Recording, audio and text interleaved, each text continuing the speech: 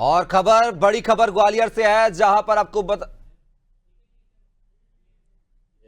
और जो काम की उपलब्धियां दिखाई दे तो रही ग्वालियर और बेंगलुरु के बीच वाकई में एक वो ट्रेन एक का नई शुभारंभ होना सौगातों है, के जिसको माध्यम लेकर से आप देख हमको सकते दिखाई हैं दे रहा प्रेस है। कॉन्फ्रेंस कर रहे हैं सीएम अभी डॉक्टर मोहन यादव। यहाँ से थोड़ी देर पहले अपना भाषण समाप्त करके गए माननीय विधानसभा अध्यक्ष जी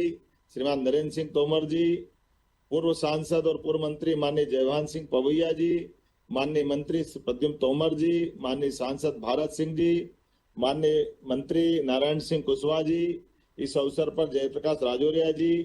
प्रेम सिंह राजपूत जी और इस महत्वपूर्ण मौके पर मौजूद सारे मेरे स्नेही जन पत्रकार साथियों, भाइयों और बहनों, मैं मान के चलता हूँ ग्वालियर में जिसकी दरकार है वो एक एक करके सब कुछ मिलती जा रही है। आने वाला समय ग्वालियर का ही है और ये अटल जी की जन्म शताब्दी का वर्ष भी है और राजमाता जी की कर्मभूमि भी है। हम सब मान के चलते हैं, माधवराव जी ने जैसे हमारे लिए रेलों की सौगात के सिलसिले को प्रारंभ किया, ये उसी सिलसिले की अगली कड़ी है। आज जब बेंगलुरु के लिए गाड़ी मिल रही है, जितनी विशेषताएं माननीय सिंधिया जी ने बताई है, ये सही है कि दक्षिण भारत से अब रेल संपर्क के माध्यम से बड़ी सौगात मिल रही है। एक चीज और बताना चाहूंगा, आने वाले समय में इंदौर मनमाड़ जो बंबई की नई ट्रेन 18,500 करोड़ की जो लाइन मिली है, इसके बलबूते पर ग्वालियर से जो आगे जा करके हम अभी भोपाल, भोपाल से खंडवा और फिर बम्बई जाते हैं, इसके बजाय यहाँ से सीधा ये राजगढ़ के रास्ते से उज्जैन और इंदौर का जो नया ट्रैक मिलेगा,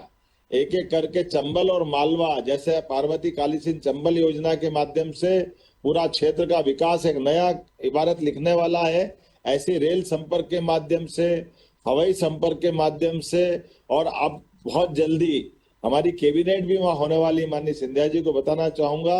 कि विकास के मामले के सारे निर्णय वही करते हुए हम अटल जी की जन्म शताब्दी के अवसर पर यह निर्णय करने जा रहे हैं कि आने वाले समय में आपके भारत सरकार और मध्य प्रदेश सरकार मिला करके भविष्य में सेमीकंडक्टर और बाकी इलेक्ट्रॉनिक आइटम की दृष्टि से ये एक नया दौर का नया ग्वालियर रहेगा, जहां हमारे बीहड़ के अंदर ऊर्जावान अलग प्रकार की घास उगा करके बिजली उत्पन्न कराने के लिए और साथ साथ पेट्रोल भी आजकल उससे मिलने वाला है। मेरा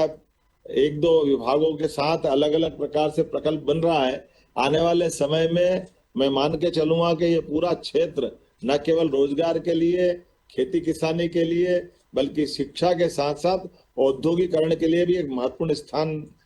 वापस अपना पुनः पाएगा। आज के इस अवसर पर मेरी अपनी ओर से, चूंकि मैं बधाई स्वयं आके देना चाहता था, लेकिन यहाँ जबलपुर में यहाँ प्राकृतिक खेती का एक बड़ा कार्यक्रम चल रहा है और खेती किसानी को लेकर के हमारी सरकार बहुत सारे प्रकार से काम कर रही है, जैसे पार्वती काली सिंध चंबल योजना, केन बेतवा नदी जोड़ो अभियान, इसी प्रकार से ताप्ती का अभियान चल रहा है। ऐसे अलग अलग क्षेत्र में अलग अलग प्रकार से तो मां नर्मदा के अंचल में यहाँ प्राकृतिक खेती की बड़ी संभावना है और आने वाले समय में इस क्षेत्र में बड़ी उन्नति है। जब जीडीपी का 39% हिस्सा हमारा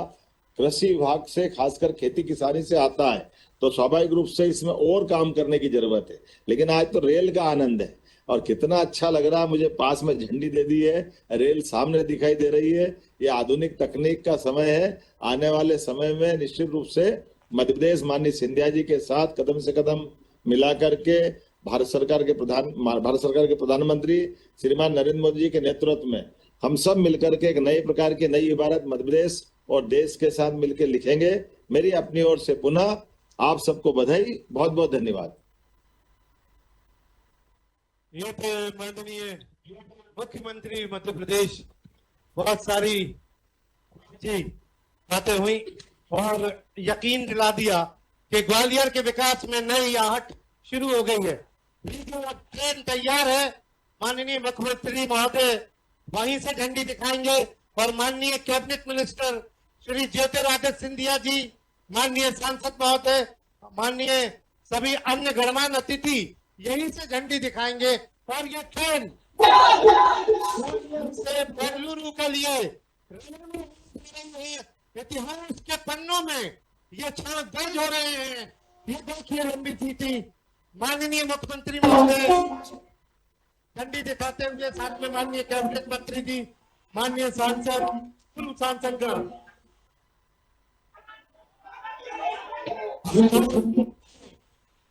हंसी सजी हुई ट्रेन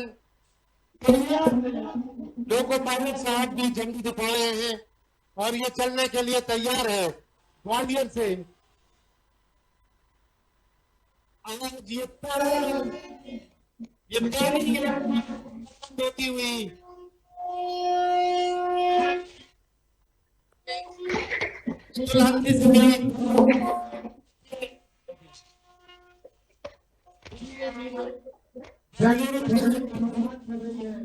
ग्वालियर से